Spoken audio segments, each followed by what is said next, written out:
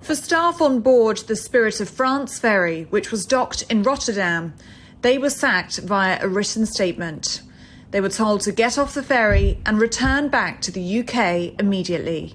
Many of the sacked employees had lived and worked on the ship for over 20 years. One sacked seafarer, Toby, not his real name, has told me exclusively what that day was like. The captain said there was going to be a big announcement. He didn't sound quite right on the tannoy. Then the security guards started moving up, coming up the gangway onto the ship.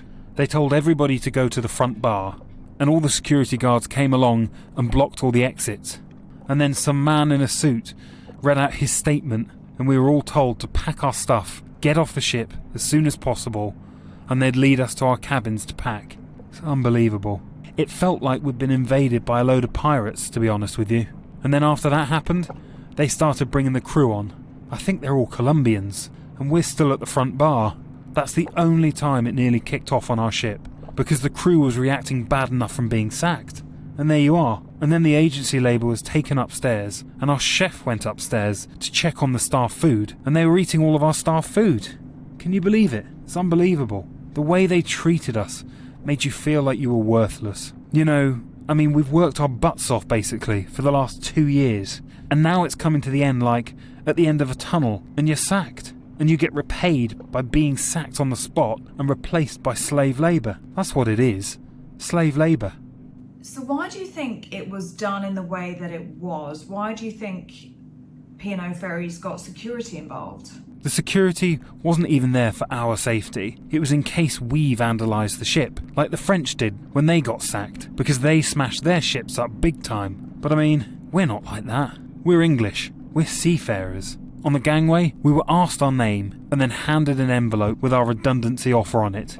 Even if I was offered my job back, I wouldn't take it if Peter Hebblethwaite was still there. The whole system's got to change. They've got to start caring for their workers more.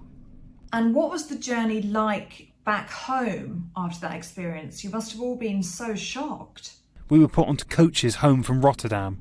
There was no food or water all day. We had a pregnant woman on our coach who was really stressed. We finally got to the Eurotunnel, and there weren't even any tickets booked for us. Eventually, the bus driver paid for all of our tickets on a company credit card, and we all managed to get onto our competitor DFDS's ship, and they put the whole crew in the Premier Lounge, where we got free tea and coffee. They treated us better than our own company, really. We put these allegations to P&O Ferries. In a statement, they did not deny that the sacked seafarers were not given food, water or a ticket to get home. A spokesperson has told us, "We profusely apologise for the difficulties people had during this journey. Due to reasons outside of our control, we weren't able to use the pre-arranged route, and alternative arrangements had to be made at the last minute." In response, Toby says he does not accept P&O's apology, and this statement sums up the way that they had treated their staff. He wishes instead to thank the great British public for all of their support. Ellie Costello, GB News.